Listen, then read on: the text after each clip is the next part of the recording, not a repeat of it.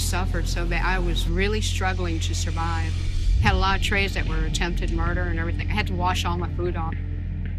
Why serial killers kill? Understanding the complexities and myths. Serial killers are among the most terrifying and bizarre figures in society. What drives a person to such evil things? Why do they target certain victims? And what's really going on in their minds? While there's no simple answer, a combination of psychological, biological, and social factors might explain why some people end up killing repeatedly. At the same time, there are a lot of misconceptions about serial killers and why they do what they do. Let's look at the main reasons behind serial killings, clear up some myths, and even touch on some ironic and even humorous details about these killers. So, what makes serial killers kill? 1. Psychological reasons, psychopathy and sociopathy.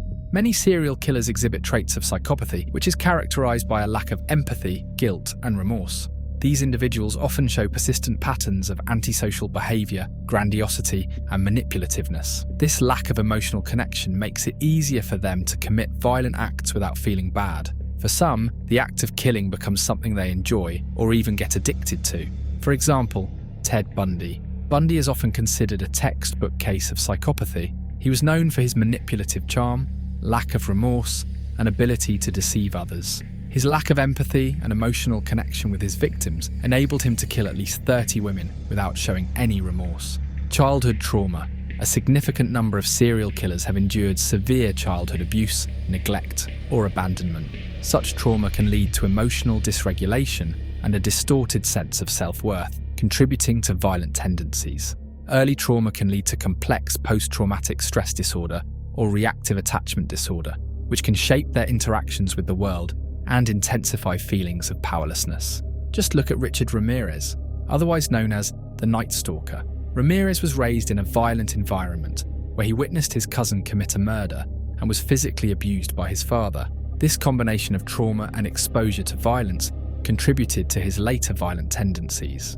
Fractured sense of identity. Some serial killers struggle with issues of identity formation, often as a result of early trauma or abuse. This can cause them to seek external validation or power through violent acts, attempting to solidify a sense of self by exerting control over others. John Wayne Gacy is a perfect example. Gacy, who had a fractured sense of identity, struggled with his sexual identity and societal expectations. He later sought control and validation by dressing up as a clown and committing murder, which was a way for him to feel empowered and in control. 2. Biological and neurological factors. Neurological abnormalities. Several serial killers exhibit abnormalities in the brain, particularly in areas such as the prefrontal cortex, which is responsible for impulse control, decision-making, and emotional regulation. Dysfunction in this region can result in poor decision-making and the inability to control aggressive impulses, increasing the likelihood of violent behavior. Additionally, abnormalities in the amygdala, a part of the brain associated with emotional responses, can lead to heightened aggression or a diminished fear response. Aileen Wuornos was diagnosed with antisocial personality disorder and borderline personality disorder, had a history of traumatic brain injuries that may have contributed to her violent behavior. Studies suggest that damage to certain brain areas can impair empathy and emotional control, both of which are important factors in serial killing. Genetics and aggression. Genetic research suggests that certain inherited traits, such as impulsivity and aggression, may predispose individuals to violent behavior. However, genetics alone are not enough to explain serial killing.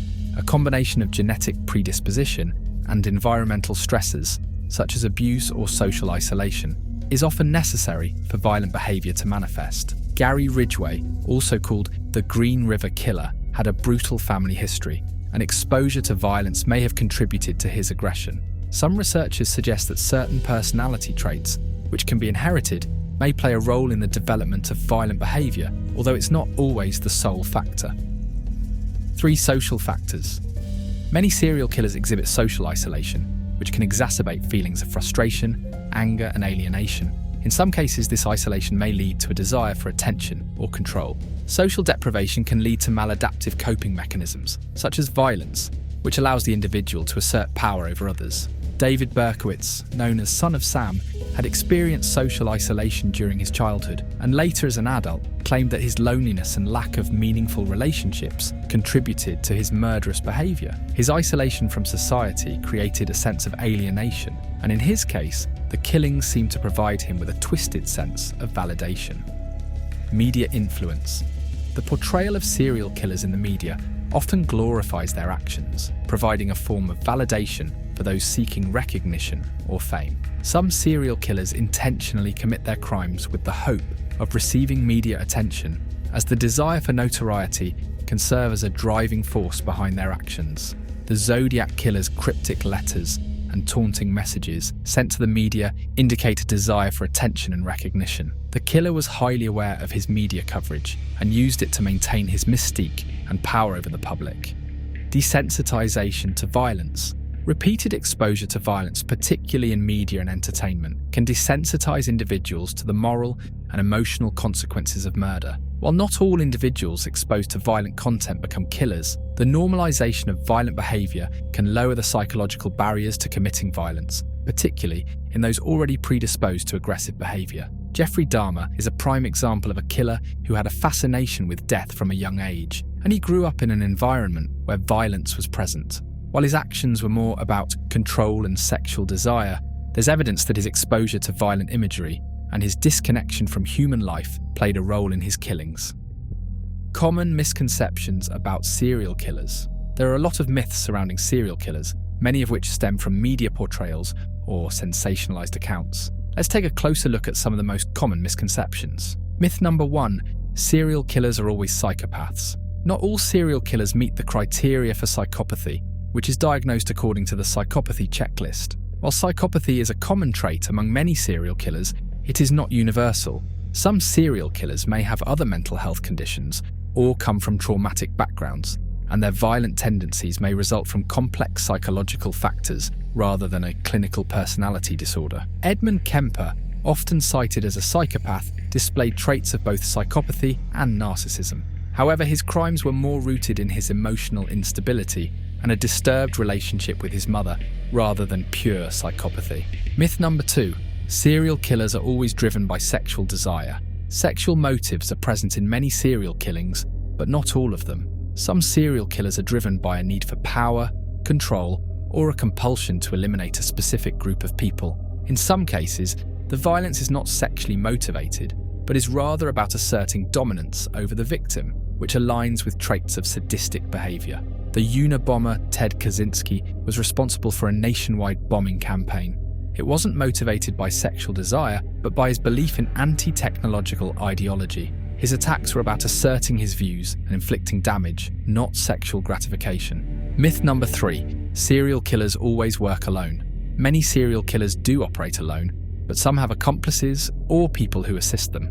It's important to remember that a killer's behavior can be influenced by social interactions and relationships. In cases of serial killings involving multiple perpetrators, the dynamics between the individuals involved can be quite complex. As far as serial killer couples, there was Ken and Barbie, Paul Bernardo and Carla Homolka. This Canadian couple worked together to abduct, torture and murder multiple victims.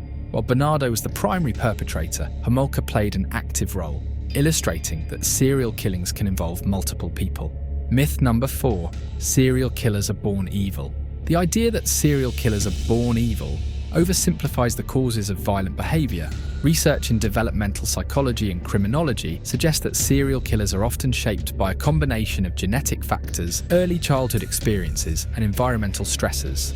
The belief that they are inherently evil ignores the importance of understanding the psychological and sociocultural factors that contribute to violent tendencies. Albert Fish was often described as a sadistic killer and came from an abusive and neglectful childhood. His violent behaviour didn't emerge from an innate evil nature, but from years of trauma and mental illness. Strange and even humorous aspects of serial killer behaviour. While the crimes themselves are horrific, there are some odd and sometimes even darkly humorous aspects to serial killers' behaviour. These details provide a surreal contrast to the brutality of their actions. First, Ted Bundy's close call. Ted Bundy was pulled over by police during a routine traffic stop in Utah. His car matched the description of one seen near a crime scene, but Bundy was able to talk his way out of the situation. This moment, when Bundy almost got caught, is an ironic twist given his later capture and the notorious legacy he built. 2. Gary Ridgway's urge to kill. Gary Ridgway, known as the Green River Killer, admitted that he sometimes had an urge to kill, but would stop himself because he didn't want to kill too many. The irony here is that despite this self-restraint, Ridgway still murdered 49 women, suggesting a twisted level of control. 3. The Zodiac Killer's coded messages. The Zodiac Killer sent cryptic letters to the media, claiming that he would stop killing if his codes were solved. Ironically, some of his ciphers were eventually cracked, rendering his attempt at mystery solving somewhat pointless. 4. John Wayne Gacy's pet dog. Despite his horrific crimes, John Wayne Gacy, the killer clown, had a pet dog named Minnie and was known to be friendly with his neighbours. The contrast between his loving behaviour toward animals and his horrific actions makes for an eerie and unsettling juxtaposition. That just goes to show, just because they have a dog, it doesn't mean they aren't a serial killer. Thanks for watching, see you in the next one. If you haven't seen my other videos, check them out. I have one about Chex and Kellogg's origins, which might just surprise you how dark they really are.